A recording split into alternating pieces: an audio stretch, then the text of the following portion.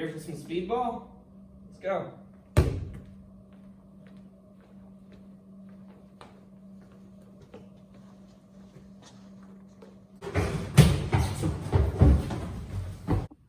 Here, Bailey, catch. So, Bailey, what's your thorn? Hey, y'all. Obviously, my thorn is that I'm not there with y'all tonight. It's a huge bummer. You know, when rough things are going on out in the world, one of the biggest comforts is to be able to come together and be around the people you care about the most, which is what makes this such a big bummer. I really do miss y'all. We will get together as soon as we can. We will know more about us being able to meet together this coming Monday, and I will let y'all know. If we can get together, we're planning on having a big game night in Sealy on Friday night for some speedball and some other stuff. And if we can't get together, we're going to find some really creative ways to do Bible studies and whatnot online together, maybe having small meetups as well. I don't know how y'all are all feeling about this. Maybe some of you aren't scared at all and you're just mad that you can't, go do all the things you want to do. I totally get that. Or maybe you're starting to be full of a little bit of fear and anxiety, and I totally get that too. Either way, we've found ourselves in a situation that we don't want to necessarily be in.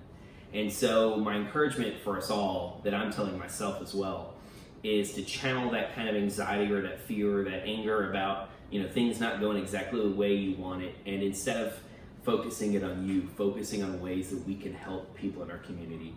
Because whether this thing that ends really quickly or keeps going, there's going to be more needs that we're going to see popping up for different people in our community. So use this to kind of keep your eyes and ears open for what we can do.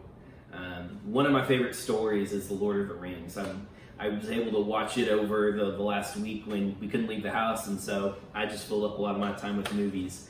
And one of my favorite lines in that kind of sums up what much of that story is about, it was encouraging to me, was when Frodo is kind of overcome with fear about like what's going on in his world, and he just wants to give up. He looks at Gandalf and he says, "I wished I'd never lived to see such times."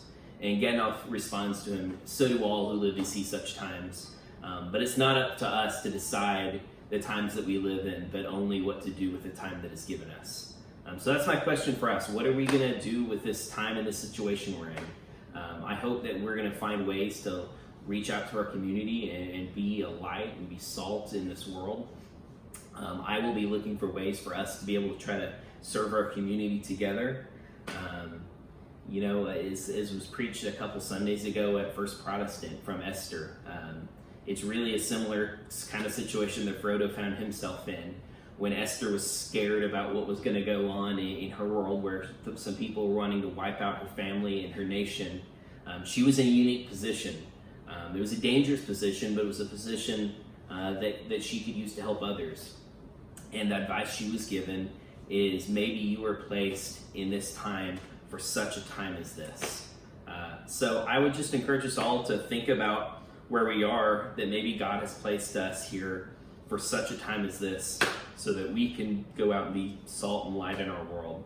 I hope to see y'all really soon. It's killing me that I'm not down there in the basement on a Wednesday night, but I promise y'all we will get together soon, and we're gonna do some cool stuff.